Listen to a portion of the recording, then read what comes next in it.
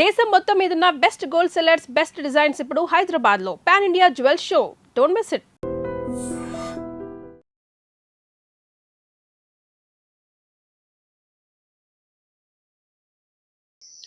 Hello views, welcome to iDream media.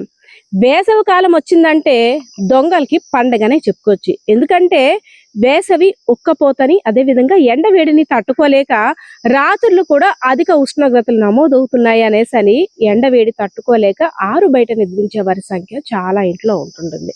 అది కాకుండా ఇళ్ళన్నీ కూడా తాళాలు వేసుకొని మేడ మీదకి వెళ్ళి పడుకోవడం వేసవి వచ్చిందంటే అదొక స్వీట్ మెమొరీ అనే చెప్పుకోవాలి. సో అలాంటి ఇల్లులన్నీ కూడా టార్గెట్ చేస్తూ దొంగలు ప్రీ ప్లాన్డ్ గా కేవలం ఇల్లులు వాహనాలు మాత్రమే కాదు, టెంపుల్లో ఉండే భగవంతుడి దగ్గర ఉన్న బంగారానికి కూడా కన్నం వేసేస్తున్నారు. రీసెంట్ గా విజయనగరం జిల్లా గజపతి నగరం నియోజకవర్గం దత్తిరాజేరు మండలం కోమటపల్లిలో దొంగలు చేసిన పనికి ప్రతి ఒక్కరు కూడా షాక్ అయ్యారు. ఇంట్లో తాళాలు వేసి అన్ని కూడా సేఫ్ గా చూసుకొని మేడ మీదకి వెళ్ళి పడుకున్నారు. అంతే కొన్ని కుటుంబాలు. సో కిందకి వచ్చి తెల్లవారు చూసేసరికి వేసిన తాళాలు వేసినట్టే ఉన్నాయి, కానీ లోపల బీరువాలో ఉన్న సామాగ్రి అంతా కూడా చిందరవందరగా పడిపోయి ఉన్నాయి.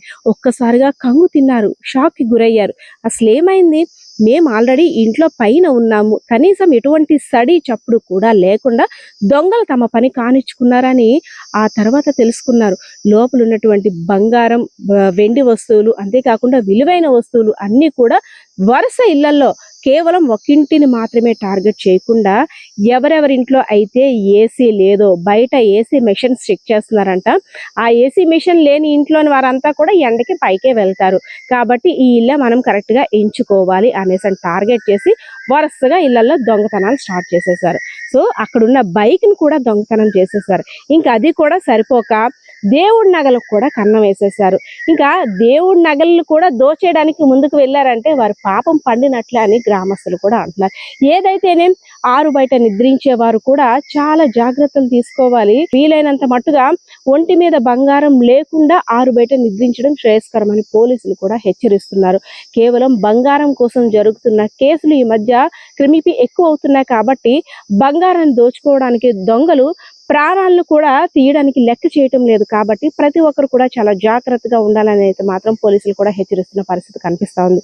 సో కోమటపల్లిలో జరిగినటువంటి దొంగతనం గురించి ఆ గ్రామస్తురాలు ఏం చెప్తుందో ఆమె మాటల్లోనే వినేద్దాం.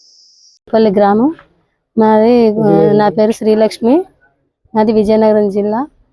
మేము డాబా మీద పడుకోవడానికని వెళ్ళాము.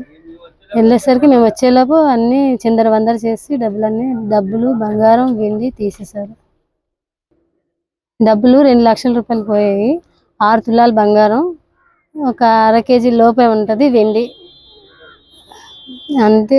చిల్లర డబ్బులు, ఈ మూలలో ఉన్న డబ్బులు కూడా చక్కబెట్టారు. మొత్తం చిందరవందర చేస్తారు.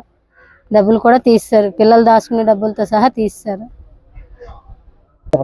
అప్పుడు వెంటనే 5 అప్పుడు నేను డాబా మీద కిందకి దిగేసరికి అంతా చిందరవందర ఉండగానే పోలీసులు ఫోన్ చేస్తాం. మా ఆయనగారు పిలిస్తే మా ఆయనగారు పోలీసులు ఫోన్ చేశారు.